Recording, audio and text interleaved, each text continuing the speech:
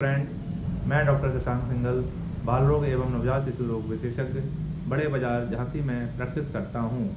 आज का मेरा टॉपिक कॉम्प्लीमेंट्री फीड या वीनिंग या ऊपरी आहार है। कॉम्प्लीमेंट्री फीड क्या होती है?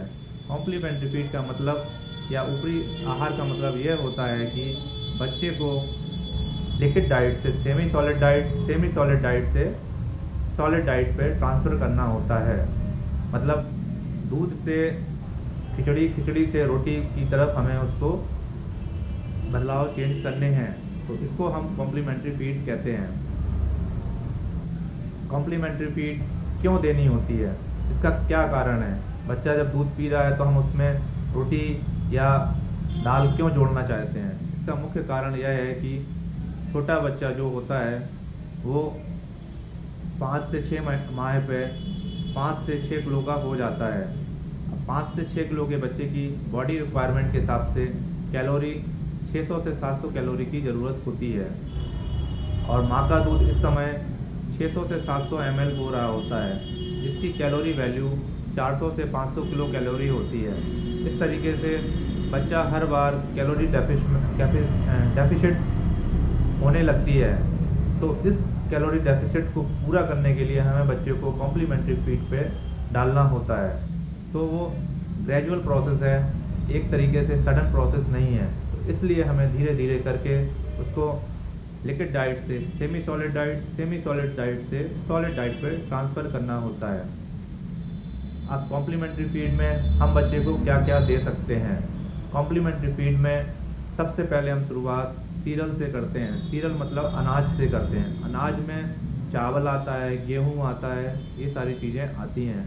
इन गेहूं और चावल में भी सबसे अच्छा है कि हम चावल से स्टार्ट करें, क्योंकि चावल आसानी से पच जाता है और ग्लूटेन फ्री होता है, जिसके कोई साइड इफ़ेक्ट भी नहीं होते हैं और बच्चा आराम से डाइजेस्ट कर लेता है। जब बच्चा चावल को पचाने लगता है तो उसमें हम दलिया, जो गेहूँ का रूप है, उसको जोड़ते हैं। उसके बाद फिर हम धीरे धीरे करके उसमें दाल को भी ऐड कर सकते हैं। दाल के रूप में हम अरहर की दाल, चने की दाल, मूंग की दाल, कोई भी दाल ऐड कर सकते हैं। बच्चे के लिए मूंग की दाल और चने की दाल काफ़ी अच्छी रहती है। इसके साथ ही दाल के बाद हम उसमें एनर्जी की मात्रा बढ़ाने के लिए शक्कर को भी ऐड कर सकते हैं। शक्कर की जगह हम गुड़ को ऐड कर सकते हैं। गुड़ में आयरन की मात्रा भी होती है, जो बच्चे को आयरन की डिफिशियंसी से बचाता है। इसके बाद हम कॉम्प्लीमेंट्री फीड में तेल या घी ऐड कर सकते हैं। घी ऐड करने अच्छा रहता है। अगर कोई घी को एफर्ट नहीं कर पा रहा है तो उसके लिए हम घी की जगह हम नारियल का तेल भी यूज़ कर सकते हैं या घर में उपलब्ध अन्य खाद्य तेल का भी उपयोग कर सकते हैं।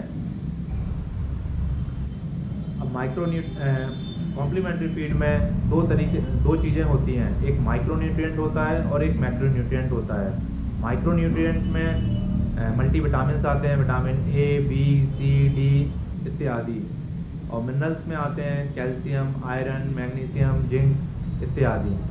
तो माइक्रोन्यूट्रिएंट की भी ज़रूरत है और साथ में मैक्रोन्यूट्रिएंट की भी ज़रूरत है। मैक्रोन्यूट्रिएंट क्या होते हैं?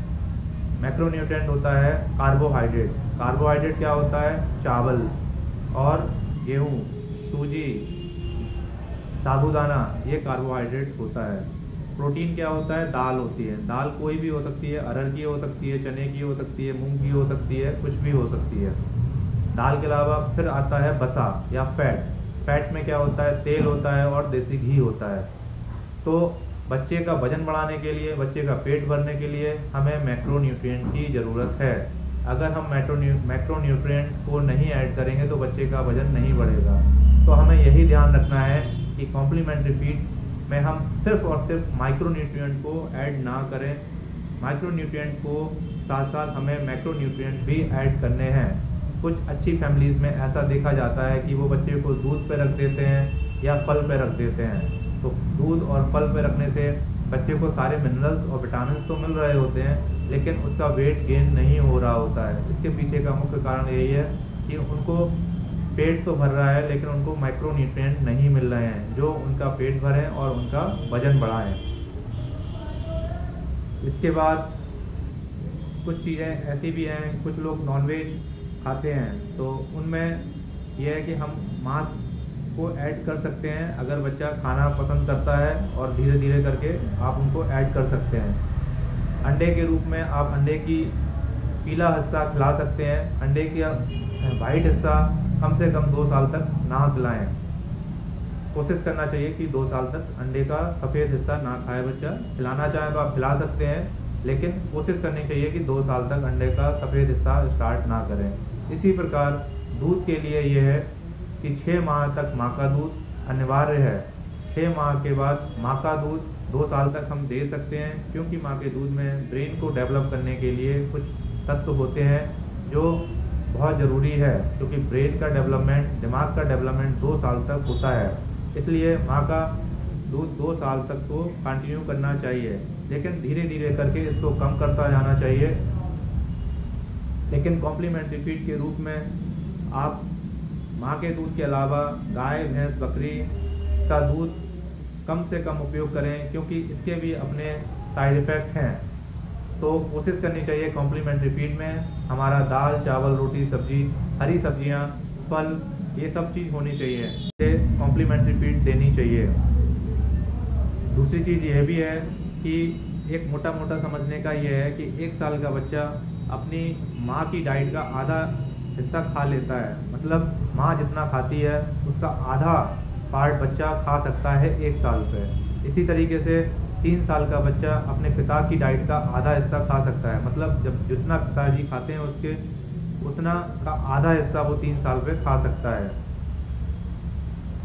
तो ये सारा कुछ कॉम्प्लीमेंट्री फीड के बारे में मैंने आपको बताया है। अगर और कोई कन्फ्यूजन है तो आप मुझे कमेंट में लिख सकते हैं, और आप मेरे चैनल को लाइक करें, शेयर करें, सब्सक्राइब करें, और आगे के वीडियो के लिए मेरा चैनल देखते रहें। और दूसरी चीज़ साथ में यह है कि अगर आपके बच्चे का वज़न नहीं बढ़ रहा है और आपके बच्चे का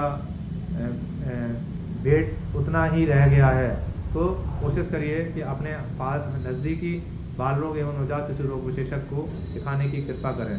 धन्यवाद।